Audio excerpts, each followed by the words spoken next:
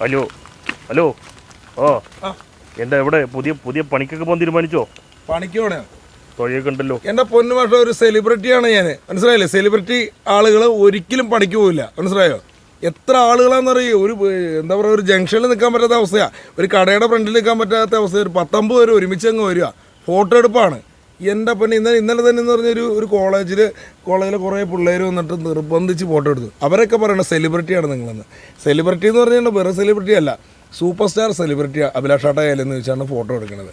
അതിൻ്റെ ജാടൊന്നും ഞാൻ കാണിക്കാറില്ല, ഉള്ള കാര്യം പറയാം. കാരണം സെലിബ്രിറ്റി എന്നുള്ള രീതിയിൽ ആക്കിയെടുത്തെന്ന് വെച്ച് കഴിഞ്ഞാൽ എൻ്റെ ഒരു കഷ്ടപ്പാട് കൊണ്ടാണ് സെലിബ്രിറ്റി ആയത്. ഇപ്പോൾ ഒരു വേദി ചെന്ന് കഴിഞ്ഞാൽ, ഒരു കല്യാണ പരിപാടിക്ക് അവിടെ ചെന്ന് കഴിഞ്ഞാൽ അപ്പോൾ തന്നെ ആൾക്കാർ ഒരു സെലിബ്രിറ്റി അഭിലാഷ് ടാട്ടയം വന്നിരിക്കുന്ന സൂപ്പർ സ്റ്റാർ എന്ന് പറഞ്ഞ് നമ്മളെ പിടിച്ചിരുത്തും. ചിലപ്പോൾ ഉണ്ടല്ലോ അവിടെ ഭക്ഷണം നേരത്തെ ഉണ്ടല്ലോ, നേരത്തെ വിളമ്പില്ലേ ഭക്ഷണം എനിക്ക് ഫസ്റ്റ് ഭക്ഷണം തരും അവര്. കാരണം എന്ന് വെച്ച് കഴിഞ്ഞാൽ അത് അങ്ങനെയല്ല. കാരണം എന്ന് വെച്ചാൽ മോനെ വാടാന്ന് പറയും. കാരണം എന്നിട്ട് നമ്മൾ നേരത്തെ ഫുഡ് തരുമ്പോൾ കഴിക്കും. കാരണം എന്താ വെച്ച് കഴിഞ്ഞാൽ, കാരണം വിശന്നിരിക്കില്ല. ഇല്ല, അത് തന്നെ തീർന്നു പോകണമെന്നല്ല.